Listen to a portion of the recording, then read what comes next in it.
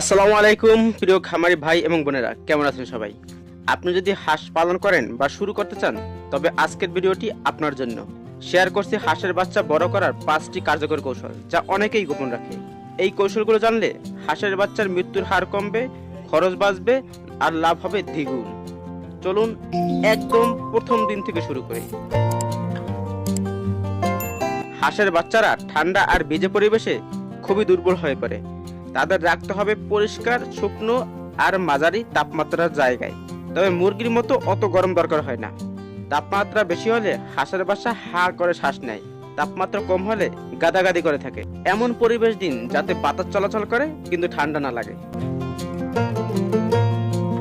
হাঁসের বাচ্চারা পানি ছাড়া থাকতে পারে না, তবে বেশি পানিতেও ভিজে গিয়ে অসুস্থ হয়ে পড়ে।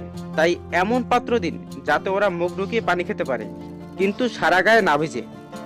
ফুটানো ঠান্ডা পানি বা পরিষ্কার পানি দিন, দিনে অন্তত 2বার বদলান। নোংরা পানি হাঁসের জন্য বিষের মতন।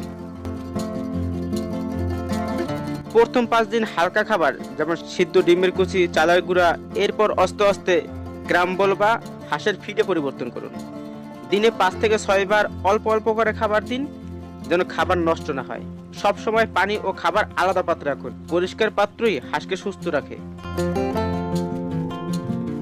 হাঁসের বাচ্চা সাধারণত কলেরা, নিউক্যাসল রোগ বা রানীক্ষেত আর এন্টারাইটিসে আক্রান্ত হয়। 7 থেকে 10 দিন বয়সে রানীক্ষেত ও কলেরা টিকা দেওয়া ভালো। এছাড়া প্রতি সপ্তাহে গায়ে স্প্রে করে পরিষ্কার রাখা যায়। স্থানীয় পশু চিকিৎসকের পরামর্শ নিন সময় মতন। হাঁসের বাচ্চা খেলাধুলা আর চলাফেরা করতে চায়, তাদের পর্যাপ্ত জায়গা দিন যেন ওরা হাঁটতে পারে, না হলে বিকাশে বাধাগ্রস্ত হবে। দিনের বেলায় প্রকৃতিক আলোতে রাখুন, রাত্রে হালকা আলো দিন যেন ওরা ভয় না পায়। বাচ্চাগুলো চলাফেরা যত বেশি হবে স্বাস্থ্য তত ভালো থাকবে। বন্ধুরা, হাঁসের বাচ্চা বড় করা কঠিন নয়, শুধু দরকার একটু যত্ন আর কৌশল। এই 5টি কৌশল নিয়মিত অনুসরণ করলে আপনি সহজেই লাভবান হতে পারবেন।